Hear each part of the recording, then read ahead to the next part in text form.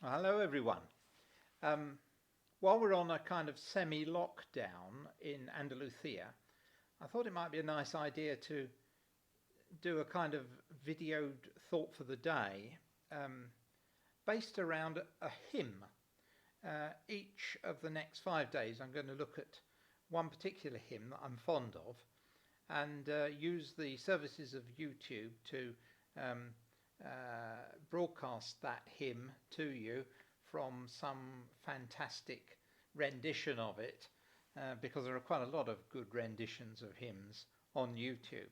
So, a short introduction, and then a hymn, and then a prayer for the day, and we'll say the grace together. At least I'll say it, and if you fancy joining in, that would be a great joy. The hymn I've chosen for the first one, you will recognize the tune.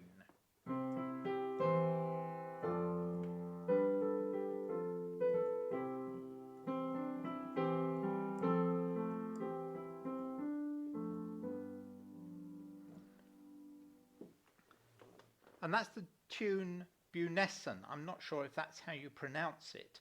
It's a Gaelic tune, and it was written by somebody, presumably, who lived in Bunessan, which is a small village on the Ross of Mull in Scotland. And the words at that time were for a hymn entitled Child in the Manger. Well, I can honestly say I don't know Child in the Manger.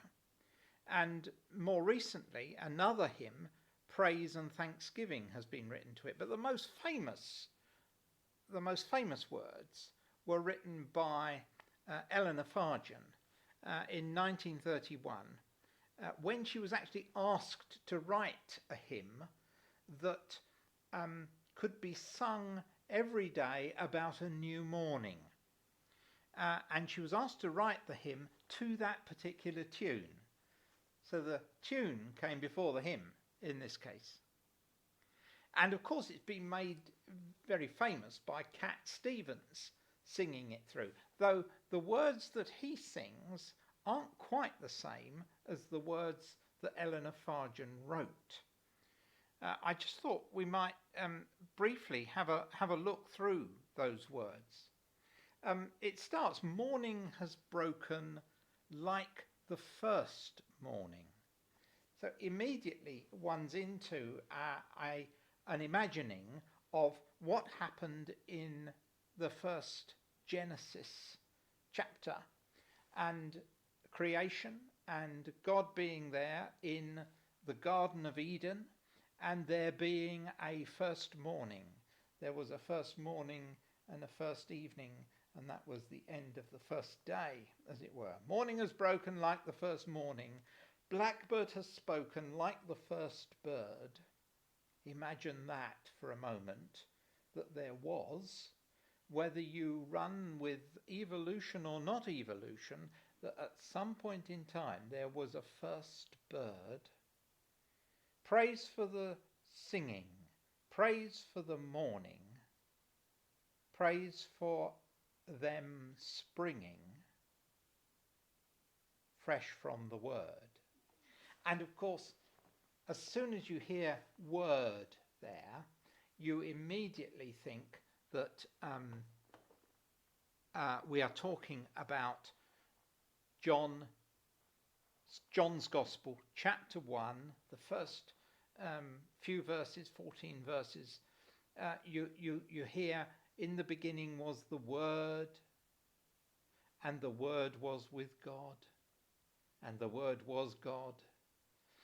That picture that therefore in Eleanor Fargen's mind has connected John chapter 1 with Genesis chapter 1, and she's put that into her first verse of that hymn, which is a beautiful combination coming together.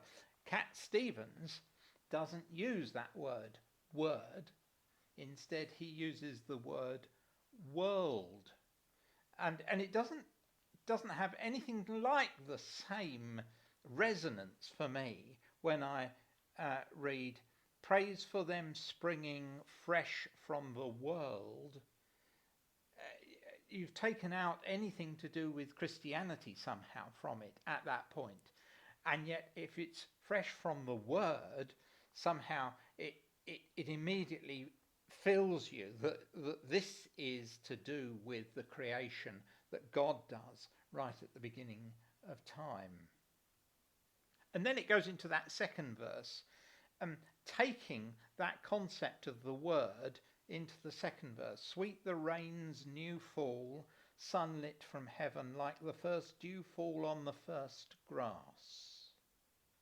Another beautiful picture of, whether it's evolution or not, a first dew fall on a first grass. What a lovely picture.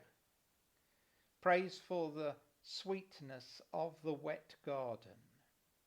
And then she uses this word which I have difficulty working out what she's thinking here, but sprung in completeness.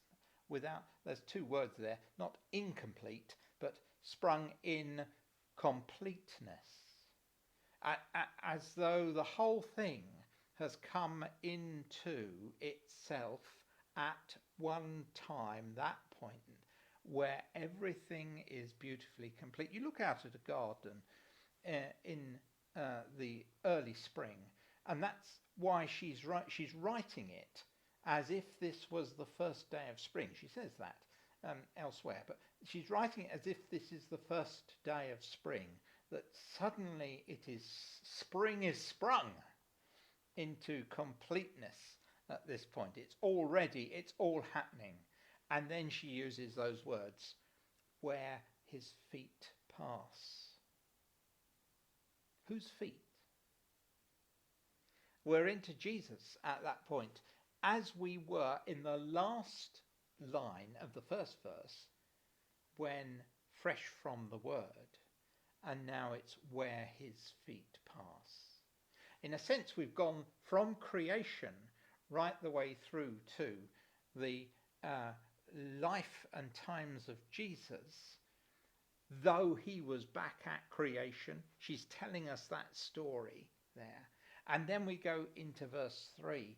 And verse 3 is why all that creation, all that wonder, all that beauty, all that newness is for us.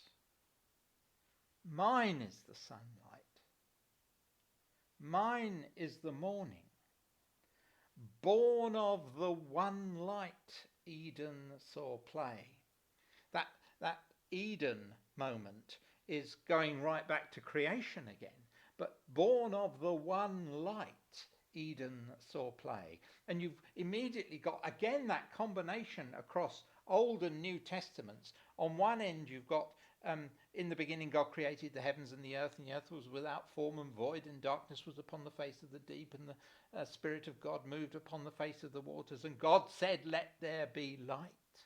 And on the other hand, you have got, I am the light of the world, says Jesus. And these two come together at that moment, at that point. Born of the one light, Eden saw play. All of this that is mine was born of the one light, born of that creative moment, that creative time, that creative expanse, whichever, that Eden saw play. Praise with elation, praise every morning, God's recreation. Actually, Cat Stevens, at least in the version I've heard him sing, Cat Stevens sings God's recreation. But in the hymn book that we use, in Mission Praise, it's re-creation, God's recreation of the new day, rather than God's recreation of the new day, which doesn't seem to make a lot of sense. But this recreation, once again it is coming out. Once again it is here. Morning has broken for us again, and it is a gift from God to us, and that is extraordinarily powerful. At least it seems to me to be very powerful.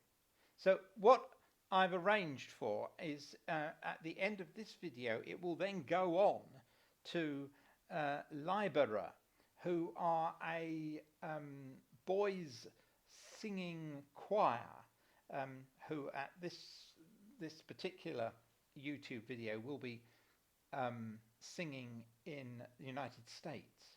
But they sing this, and they sing it in a beautiful way, and a beautiful song. I've also put right at the end of this the Cat Stevens version, so you can see how the words differ very slightly. But after the Libera rendition, which you'll have in a moment, it's me back again, and we'll say a couple of prayers and then the grace together.